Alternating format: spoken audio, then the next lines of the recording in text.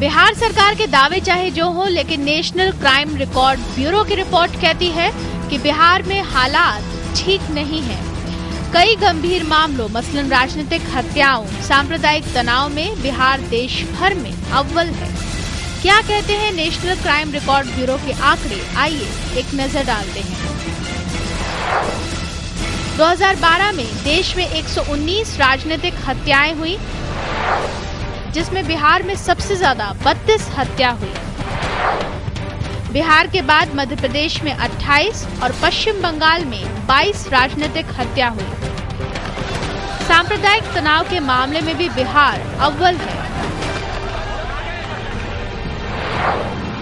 सांप्रदायिक तनाव में कुल 15 लोगों की 2012 में मौत हुई, जिसमें सबसे ज्यादा 4 मौत बिहार में हुई और यूपी में 3 मौत हुई। वर्ग संघर्ष यानी क्लास कॉन्फ्लिक्ट में कुल 39 मौत हुई, जिसमें बिहार में 13, तमिलनाडु में 10 और महाराष्ट्र में 9 मौत हुई। वहीं संपत्ति विवाद में भी हुई हत्या में बिहार अव्वल रहा।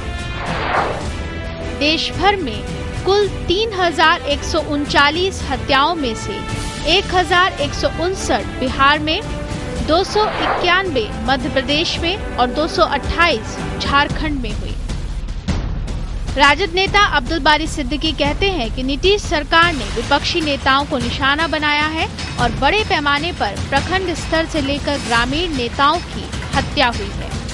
नेशनल क्राइम रिकॉर्ड ब्यूरो है, उसने तो तथ्य के आधार पर आंकड़ा दिया है कि पॉलिटिकल मर्डर जो है यहाँ कई हुए हैं, और उसमें जो खास करके जो विरोध पक्ष के लोग हैं, राजद का, माले का, सीपीआई का, सीपीएम का, समझा कि नहीं।